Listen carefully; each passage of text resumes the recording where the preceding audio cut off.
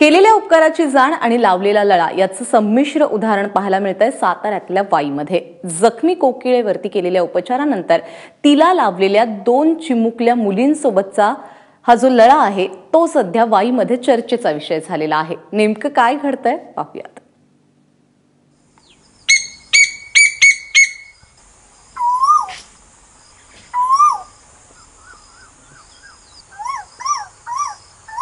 साताऱ्यातल्या गोरे कुटुंबाला कोकिळेचा हा आवाज फक्त दुरूनच ऐकायला मिळायचा, पण गेल्या काही दिवसांपासून ही कोकिळाच त्यांच्या घरात वास्तव्याला आलीये।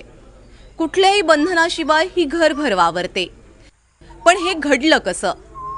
स्टँडवर मित्राला सोडायसाठी गेलो होतो आणि गाडी स्टँडच्या बाजूला पार्क केली।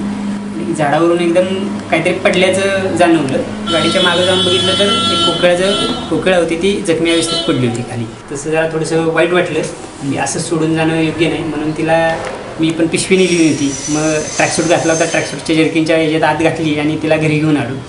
विठ्ठलरावांनी दिलेलं हे जीवदान कोकिळा विसरली नाही। तिचाही या घरावरती लळा जडला।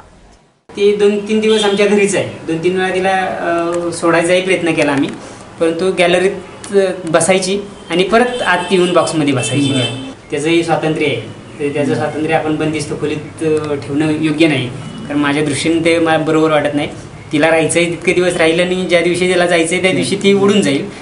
फक्त पुस्तकांच्या चित्रात दिसणारी ही कोकिळा सध्या या चिमुरड्यांच्या अंगाखांद्यावर खेळतीये, त्यामुळे पोरं अगदी खुश झाली आहेत। छान ती बेडवर उड्या मारायची, उडून जायची, कपाटावर काय बसायची, दरवाजावर काय बसायची, बॉक्समध्ये जाऊन काय बसायची, खेळत बसायची घरात।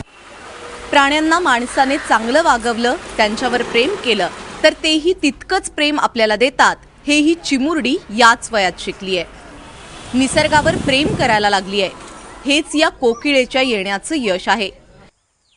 राहुल तपासेसह ब्युरो रिपोर्ट, एबीपी माझा, सातारा।